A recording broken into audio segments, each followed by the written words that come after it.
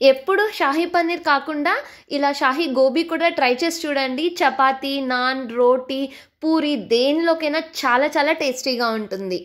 Hello everyone, this is Jhansi. Welcome back to my channel. It's my amazing vlogs. Late చేయకుండా షాహీ గోబీ కర్రీని prepare చేసేద్దాం. First అయితే క్యాలీఫ్లవర్ని తీసుకొని ఇలా చిన్న చిన్న ముక్కలుగా కట్ చేసుకొని పెట్టుకోవాలి. నేనైతే మీడియం సైజు ఉన్న క్యాలీఫ్లవర్ని తీసుకొని ఇలా జస్ట్ కట్ చేసుకోకుండా జస్ట్ ఇలా ముక్కలు ముక్కలుగా తుంచి పెట్టేసుకున్నాను అనమాట. ఇప్పుడైతే మనము మామూలుగా అయితే వాష్ చేసుకొని బాయిల్ చేసుకుంటాం కదా, ఆ ప్రొసీజర్ కాకుండా ఒక బౌల్ తీసుకొని కొన్ని వాటర్ వేసుకొని అందులోకే సాల్ట్ కూడా వేసుకోవాలి. వేసుకున్న తర్వాత ముక్కలుగా కట్ చేసుకున్న క్యాలీఫ్లవర్ ముక్కలన్నిటినీ బాగా వాష్ చేసుకోవాలన్నమాట. ఒక 2 to 3 టైమ్స్ అలా వాష్ చేసుకుంటే సరిపోతుంది. ఏమైనా పురుగు ఉంటే వెళ్ళిపోతుంది. ఇప్పుడైతే ఒక కాటన్ క్లాత్ తీసేసుకొని అందులో వేసేసుకోవాలి. మరి పూర్తిగా డ్రై అవ్వనక్కర్లేదు. జస్ట్ 1 minute పాటు ఇలా క్లాత్ మీద వేస్తే వాటర్ అనేవి వెళ్ళిపోతాయి. ఒక 1 minute అలా వదిలేసిన తర్వాత ఇలా ఉంటాయి. ఇప్పుడైతే ఒక కడాయి తీసుకొని అందులో ఒక ఆయిల్ వేసేసుకుందాము. ఆయిల్ వేసుకున్న తర్వాత కొంచెం ఎక్కువగానే పడుతుంది. మనం ఇందాక క్లాత్ మీద వేసుకున్న క్యాలీఫ్లవర్ ముక్కలన్నింటినీ ఇందులోకి వేసేసుకోవాలి. ఇప్పుడు ముక్కలకి సరిపడా మాత్రమే మనము సాల్ట్ అనేది యాడ్ చేస్తున్నాను. అలాగే పసుపు, కొంచెం కారం కూడా వేసుకుంటే చాలా బాగుంటుంది.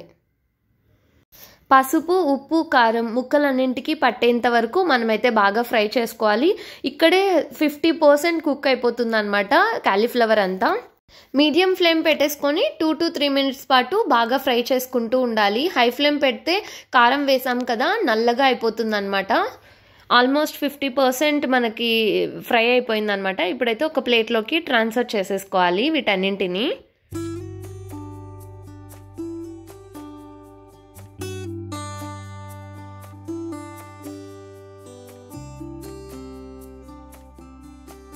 ఇప్పుడు మసాలాని అయితే ప్రిపేర్ చేసుకుందాము. అదే కడాయిలోకి కొంచెం జీడిపప్పు తీసుకోవాలి. జీడిపప్పు తీసుకొని ఇందులోకి 3 మీడియం సైజ్ టొమాటోస్ని చిన్న ముక్కలుగా కట్ చేసుకొని ఇందులోకి యాడ్ చేసుకోవాలి.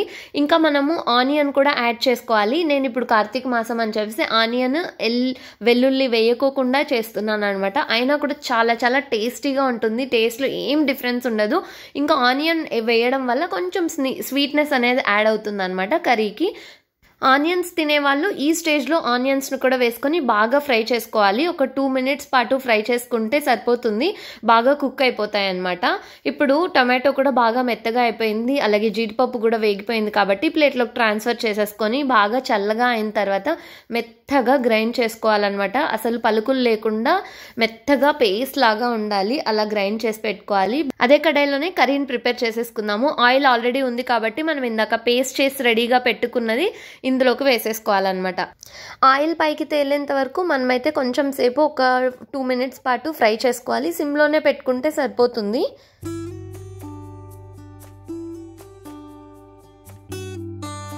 టూ మినిట్స్ తర్వాత గ్రేవీలోకి సరిపడా సాల్ట్ అలాగే కొంచెం కారం కూడా యాడ్ చేసుకోవాలి. గ్రేవీకి సరిపడా మనం కారం తినే దాన్ని బట్టి యాడ్ చేసుకుంటే సరిపోతుంది. నేనైతే ఇక్కడ 1.5 స్పూన్ దాకా యాడ్ చేశాను. ఆల్రెడీ మనం ముక్కల్లో వేసాం కదా, చూసుకొని యాడ్ చేసుకుంటే సరిపోతుంది. కారము, ఉప్పు అన్నీ మిక్స్ అయ్యేలాగా బాగా మిక్స్ చేసేసుకోవాలి. కారము, ఉప్పు, గోడంబి కూడా యాడ్ చేశాను కాబట్టి త్వరగా అడుగంటే ఛాన్స్ ఉంటుంది. కాబట్టి సిమ్లోనే పెట్టుకొని మనం ఇలా మిక్స్ చేసుకుంటూ ఒక 2 to 3 minutes పాటు ఇలానే మిక్స్ చేస్తూ ఉండాలి. ఇక్కడ చూస్తున్నట్లయితే 2 minutes తర్వాత చిన్నగా ఆయిల్ రిలీజ్ అవ్వడం అయితే స్టార్ట్ అయిపోయింది. ఇప్పుడు మనము గ్రేవీలోకి సరిపడా వాటర్ అయితే యాడ్ చేసేసుకోవాలి. మిక్సీ జార్లో వేసాం కదా, అందులోనే కొన్ని వాటర్ యాడ్ చేసేసుకొని మన గ్రేవీకి సరిపడా వాటర్ మనకి ఎన్ని కావాలో అన్ని వేసుకుంటే సరిపోతుంది. ఒక పెద్ద గ్లాస్ వాటర్ అయితే యాడ్ చేశాను. వాటర్ ఇలా రోలింగ్ బాయిలింగ్ అయ్యేటప్పుడు మనము ఇందాక ఫ్రై చేసి పెట్టుకున్న క్యాలీఫ్లవర్ ముక్కలన్నింటినీ యాడ్ చేసుకోవాలి. యాడ్ చేసుకున్నాక ఒకసారి అంతా బాగా మిక్స్ చేసేసుకొని మీడియం ఫ్లేమ్ పెట్టుకొని ఒక 2 minutes పాటు బాగా ఉడికించుకోవాలి. కర్రీ బాగా ఉడికేటప్పుడు మనం 1 స్పూన్ గరం మసాలా పొడిని యాడ్ చేసుకోవాలి. యాడ్ చేసుకొని బాగా మిక్స్ చేసుకోవాలి.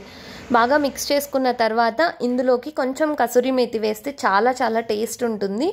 కొంచెం కసూరి మేతిని ఇలా అరచేతిలో వేసుకొని బాగా నులిపినట్లు రాల్పినట్లు అనాలి. ఇక్కడ చూపిస్తున్న విధంగా.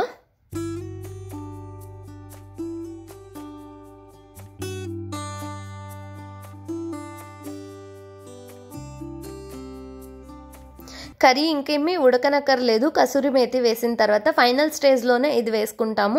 టేస్టీ షాహీ గోబీ అయితే రెడీ అయిపోయింది. ఇప్పుడు సర్వింగ్ బౌల్లో తీసేసుకొని కొత్తిమీరతో గార్నిష్ చేసుకొని సర్వ్ చేసేసుకోవడమే. చాలా చాలా టేస్టీగా ఉంటుంది. పూరి, చపాతీ, రోటీ, నాన్ దేనిలోకైనా టేస్టీగా ఉంటుంది. తప్పకుండా షాహీ గోబీ కర్రీని అయితే మీరు కూడా ట్రై చేసి చూడండి. అలాగే ఎలా వచ్చింది అనేది కామెంట్ సెక్షన్ ద్వారా కామెంట్ చేయండి. చూసారా షాహీ గోబీ కర్రీ ఎంత ఈజీగా ప్రిపేర్ చేసుకోవచ్చో. ఈ వీడియో నచ్చినట్లయితే ఫ్రెండ్స్కి, రిలేటివ్స్కి షేర్ చేయండి. ఎవరైనా కొత్తగా చూస్తున్నట్లయితే please consider subscribe. Thanks for watching.